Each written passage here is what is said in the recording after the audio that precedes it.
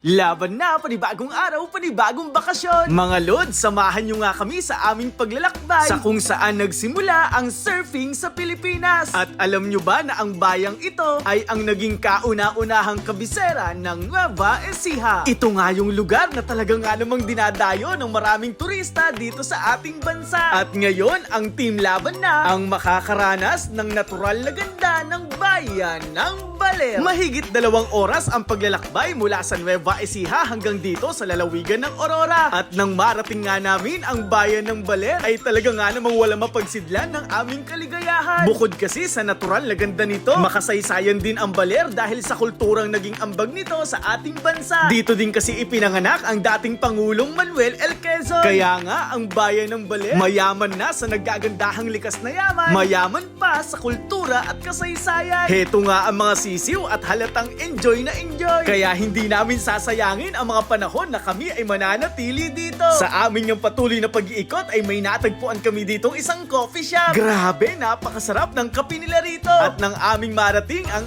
aming tutuluyan, mas naging exciting pa ang mga susunod na pangyayari. Kasi naman ang karagatang Pasipiko ay tapat na tapat lang ng Scarson Bay Resort. Hayan nga at nagluto na ang mga sisiw hanggang sa inabot na nga kami ng gabi kaya kami nakapag-bonfire. Balak nga sana namin kumain sa dalampasigan. Kaso inabutan na kami ng dilim kaya dito na kami nagsalo-salo sa aming tutuluyan. Katulad ng aming nakaugalian, hinulma na namin ang kanin sa salitang laban na. Ayan nga't nagsilantakan na ang mga sisig. Napakabilis ng pangyayari dahil ang mga alimango at lobster nalingat lang saglit at bigla nang naglaho.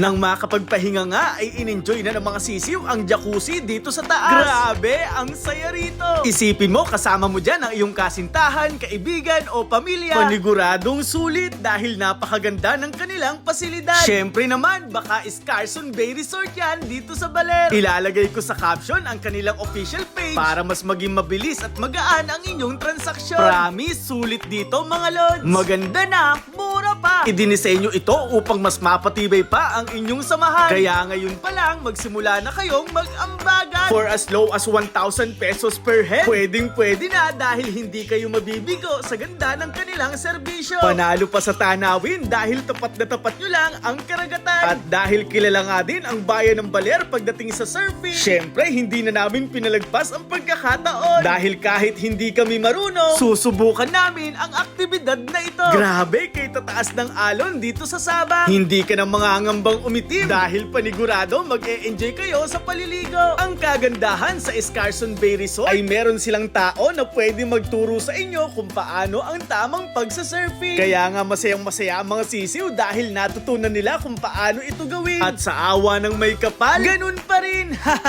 Grabe, kung titingnan mo parang ang dali-dali niyang gawin. Pero ang hirap pala kaya uuwi na kami.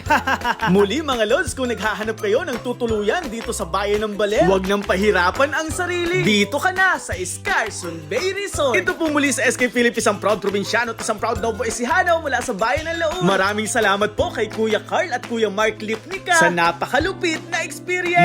Maraming salamat sa pagsama. Hanggang sa muli, paalam, ingat and God bless. Laban na!